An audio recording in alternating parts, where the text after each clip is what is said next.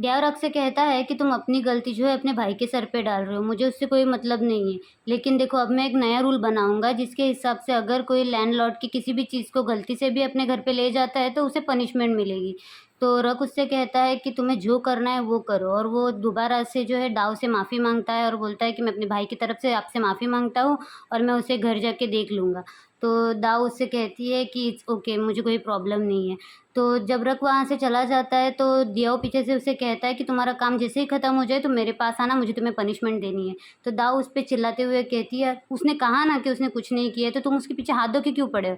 तो रक जो दियाओ जो है उसे बोलता है कि मुझे मेरी शर्ट मिल गई, मैं उसमें बहुत ज़्यादा खुश हूँ और आप मेरे लिए एक काम कर देना, आप जो मेरी मन्नत है उसे पूरी कर देना, मतलब 10 अंडे दे के, और देखना कल का जो प्रेज़ेंटेशन है मैं उसे फाड़ के रख दूँगा। और ऐसा बोल के जो है वो वहाँ से भाग जाता है।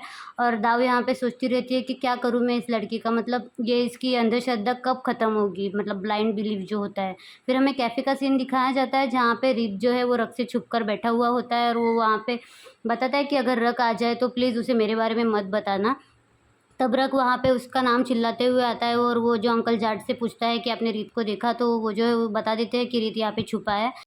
रीत बोलता है, अंकल जाट आपने क्यों बताया? तो वो स्टाफ उससे कहता है कि तुमने मुझसे कहा था कि किसी को बताना मत, लेकिन अंकल जाट से तो नहीं कहा था ना। अगली टाइम से तुम जो है ना एकदम केयरफुल रहना, जैसे कि मैं पहले रहता था। मतलब जब मैं यहाँ पे पहले आया था तो जो लिसा है वो भी मुझे नहीं ढूंढ पा रही थी, तो लिसा और उसकी थोड़ी सी नोकझोंक होती है। तो अंकल जाट जो है उन्हें बोलते हैं कि क्या तुम्हारा हो गया होगा तो तुम अब कैफ़े का ध्यान रखोगे? तो वो लोग जो है इस बात पे एग्री करते हैं और वहाँ से भाग जाते हैं। तो रीत कहता है कि अभी मुझे भूख नहीं है, मेरा पेट फुल हो चुका है। तो रक उससे बोलता है कि मैंने तुमसे कहा था कि तुम्हें जाके दाऊ से माफ़ी माँगनी है, तुमने ये सब नहीं किया। तो वो बोलता है कि मैं गया था लेकिन वो दोनों जो है झगड़ा कर रहे थे तो मुझे उनके बीच में बात करना सही नहीं लगा। तो वो बोलता है कि देखा, तुम्हारी एक एक्शन की वजह से उन दोनों के बीच झगड़ा हो गया, तुम्हें उसे सॉल्व करना चाहिए था और तुम चले आए, तो चलो उसे माफ़ी माँगो। तो रीत जो है वहाँ से भागने की कोशिश करता है तो रक जो उसका हाथ पकड़ के दाऊ के पास ले जा रहा होता है, तो दाऊ वहाँ पे आती है। तो रक जो है उसे बोलता है कि मैं आपके पास ही ला रहा था इसे माफ़ी माँगने के लिए। तो दाऊ जो है बोलती है कि वो बच्चा है, छोड़ो उसे, जाने दो, मुझे तुमसे कुछ बात करनी है। तो रिच जो है उससे जाके फ्लर्ट करना स्टार्ट कर देता है कि मेरी एंजल कितनी अच्छी है। तो रक उसका कान पकड़ के उसको पीछे खींचता है और बोलता है कि तुम्हें माफ़ी माँगनी है उससे। तो रिच जो है उससे माफ़ी माँगता है, फिर रक उसे वहाँ से भगा देता है।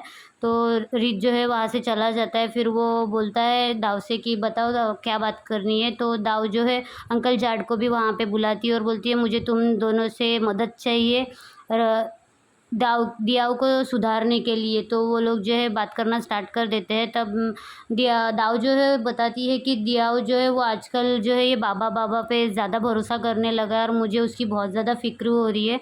तो वो लोग जो है उसे सजेस्ट करना स्टार्ट कर देते हैं। तो अंकल जाट उससे पूछते हैं कि क्या हुआ, मतलब पहले भी उसने ऐसा कुछ किया है क्या, मतलब ज़्यादा हो रहा है तुम बता रही हो? तो वो बताती है कि पहले जब हम बैंकॉक आए थे यहाँ पे रहने के लिए, तभी किसी बाबा ने उससे कहा था कि घर पे घुसने का टाइमिंग जो है वो ये टाइम का है, वो टाइम का है। तो उस हिसाब से हम लोग घर के बाहर बैठे थे, लेकिन हम लोग जब बात पूरा कर रहे थे तभी वो टाइम निकल गया। तो उसके बाद जो है डियाव ने मुझे घर के अंदर घुसने नहीं दिया और कहा कि अब डायरेक्ट हम कल सुबह घर पे घुसेंगे। तो मैंने बोला कि तो हम लोग रात भर कहाँ रुकेंगे? तो उसने एक होटल में रूम बुक कर लिया।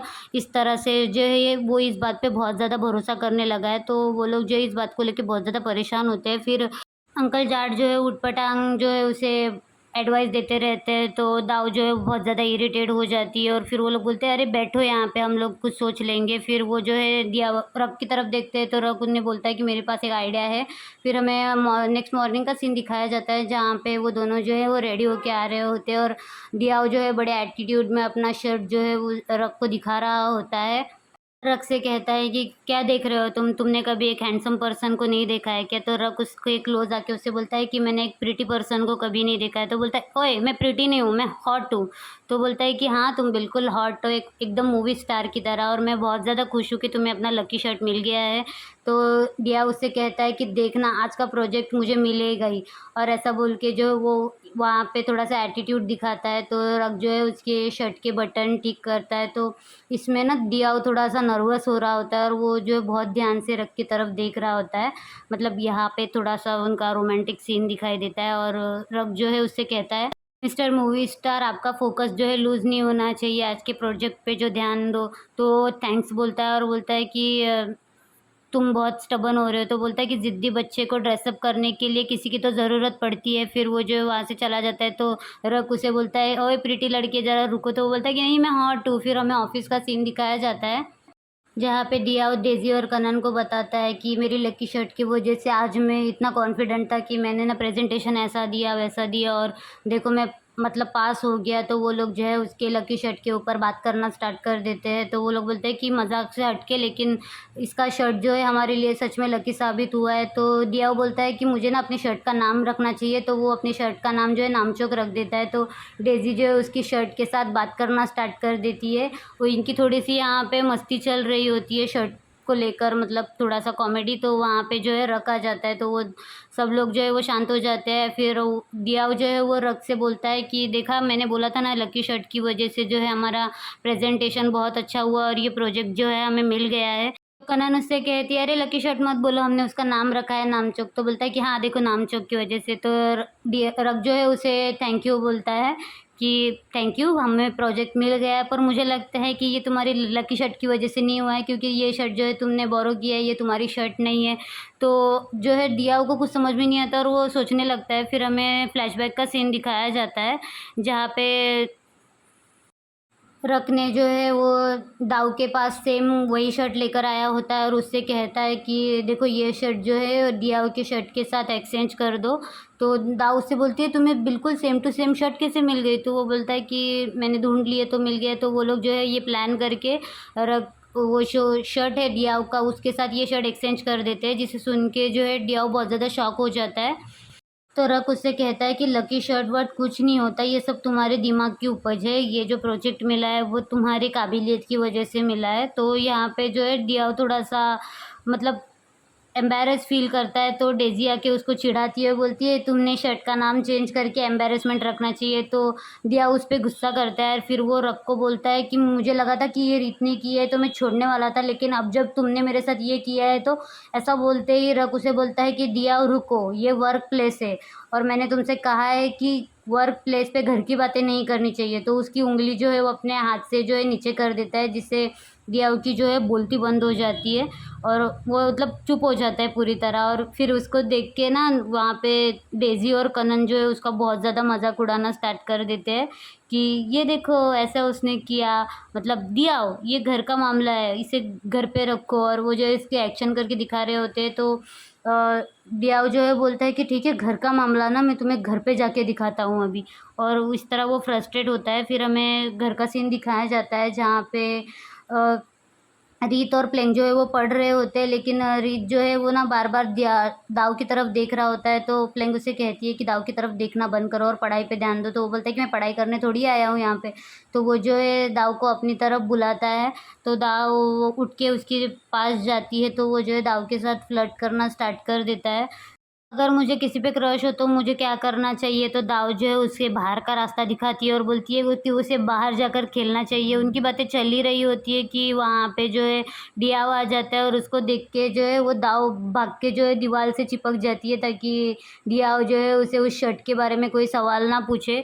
तो डियाव जो है उसके पास जाता है और उसे पूछता है और वो उसके ऊपर कुछ गुस्सा करे उसके पहले ही बोलता है कि छोड़ो जाने दो, मुझे कोई बात ही नहीं करनी है। तो बोलता है अरे रुको यार, मैं तुम्हारी बहन हूँ, मुझसे बात करो, क्या तुम्हें प्रोजेक्ट मिला? तो वो बोलता है कि हाँ। तो बोलते है देखा मैंने बोला था ना कि तुम्हारी लकी शर्ट की वजह से कुछ भी नहीं है, ये सब तुम्हारे दिमाग की उपज है। मतलब तुम अब ये प्रोजेक्ट जो है वो तुम्हें अपनी काबिलियत पे मिला है। तो उनकी ये जो बात सुन के ना प्लेंग वहाँ पे आ जाती है और बोलती है कि ऐसा नहीं है कि लकी शर्ट होता नहीं है, होता है कभी। मतलब मैं जब स्कूल में पढ़ रही थी और एग्ज़ाम के टाइम पे जो है मुझे अंकल जाट ने जो है लॉकेट दिया था, तो वो लॉकेट मेरे लिए लकी था, जिससे मुझे बहुत ज़्यादा कॉन्फिडेंस आया। तो दिया जो है उसके पास जाके बोलता है देखा तुम्हें लॉकेट की वजह से कॉन्फिडेंस आया ना। तो वो जो है दाव को समझाने की कोशिश करता है कि हर किसी के पास जो है अपना लकी चार्म होता है, हर कोई जो है अपने हिसाब से किसी चीज़ को अपना लकी चार्म मानता है और ये मतलब कॉन्फिडेंस के ऊपर बेसिस होता है। कोई ब्रेसलेट को मानता है, कोई लॉकेट को मानता है, कोई शर्ट को मानता है और हर कोई जो है अपना वॉलपेपर भी उस हिसाब से चेंज करते रहता है। तो यहाँ पे जो पूरी दुनिया में है ना, सब लोग इस चीज़ पे बिलीव करते रहते हैं। तो दाव को जो है उनके आर्ग्यूमेंट के बीच में जो दाव को इस बात पे यकीन करना पड़ता है फ्लैंग कहती है कि टेक्नोलॉजी अपने हिसाब से है, लेकिन कुछ चीज़ें हैं जो इंसान को कॉन्फिडेंस अलग लेवल से देती है। उसके बाद जो है दाव से डियाव कहता है कि देखो आगे से जो बाहर का कोई भी आदमी के साथ मिलकर तुमने ऐसा कुछ भी किया है ना तो अच्छा नहीं होगा। तो वो जो इस बात पे अग्री करती है। फिर डियाव सोचता है कि देखो मैं ना अभी इसे सबक सिखाऊंगा, इसने गलत आदमी से पंगा लिया है। फिर वो रग के पास जाता है और उससे बोलता है कि तुमने मेरी ये शर्ट चेंज करवाई ना, तो मुझे तुम्हें पनिशमेंट देनी है। तुम्हें क्या लगता है, मतलब ऑफिस में मुझे एम्बेरस फील करके तुम्हें मज़ा आ रहा है? तो वो बोलता है कि देखो मैंने जो कुछ भी किया है ना वो तुम्हारे लिए किया है, ताकि तुम जो है शर्ट पे भरोसा ना करके खुद की एबिलिटी पे भरोसा करो। तो वो बोलता है कि मैं अपनी एबिलिटी पे भरोसा करता हूँ, मुझे पूरा कॉन्फिडेंस है, लेकिन जो ये शर्ट है ना वो मुझे अंदर से कॉन्फिडेंट देता है। तो वो बोलता है कि मुझे ये सब नहीं पता, तुम जो है उस फैब्रिक के पीछे इतना पागल हो चुके थे तो कि तुम अंडर कॉन्फिडेंट हो रहे हो। ये शर्ट आज है कल नहीं होगा तो तुम क्या करोगे? तो तुम जो है ये शर्ट पे भरोसा मत करो, तुम अपनी एबिलिटी पे भरोसा करो। तो वो बोलता है कि अच्छा ठीक है, तुम ये जो है अपना शर्ट वापस ले लो। तो वो बोलता है कि नहीं, ये इसे तुम रख लो और मतलब ये तुम्हारे लिए गिफ्ट है। तो वो बोलता है कि फिर भी मैं अपने शर्ट को लकी मानूंगा। तो वो बोलता है कि ठीक है, तुम शर्ट को दे दो, मैं उसे हायर कर लेता हूँ, तुम्हारी एबिलिटी को नहीं। तो फिर वो जो है दिया वो चुप हो जाता है। फिर वो उसे बोलता है कि ये शर्ट जो है तुम्हारे लिए गिफ्ट है, तुम इसे रख लो और वो जो है अलग मतलब चेंज कर कर के पहन लेना, या फिर तुम इसे सेल कर दो। ऐसा बातें उनकी चल रही होती है। फिर रग जो है अंदर चला जाता है और डियाओ कुछ देर सोचता है और बोलता है अरे मैं इसे पनिशमेंट देने के लिए आया था। और वो फिर जो है अंदर भाग जाता है उसको आवाज़ देते हुए कि मुझे तुम्हें पनिशमेंट देनी है। फिर हमें दिखाया जाता है कि उसने उसे पनिशमेंट दी है उसकी कार साफ़ करने के लिए, और वो जो है पीछे बैठ के उसके मज़े ले रहा होता है और बोलता है कि देखा मुझसे पंगा लेने का नतीजा। और वो जो है उसे चिढ़ाते हुए फिर उसका फ़ोटो निकालने की कोशिश करता है। तो रब जो है उसे मना करता है कि देखो मेरी फ़ोटो मत खींचो, पर डियाओ जो है इस बात पे मानता नहीं है और वो जो है उसकी बहुत सारी फ़ोटोज़ क्लिक करते रहता है। फिर रब जो है उसके पीछे दौड़ता है फ़ोन लेने के लिए, और डियाओ जो है उसको फ़ोन देता नहीं है। और ऐसी ही उनकी मस्ती चलती रहती है। इसी के साथ जो है एपिसोड 7 ख़त्म हो जाता है। आपको ये एपिसोड कैसे लगा मुझे कमेंट करके ज़रूर बताइएगा। और गाइज़ इसके आगे के पार्ट्स तो बहुत ही ज़्यादा मस्त है, तो मैं बहुत जल्दी उसे शेयर करूँगी आप लोगों के साथ। तो आपको ये सीरीज़ अच्छी लग रही होगी तो please like, share, subscribe and comment below. And thank you so much for watching.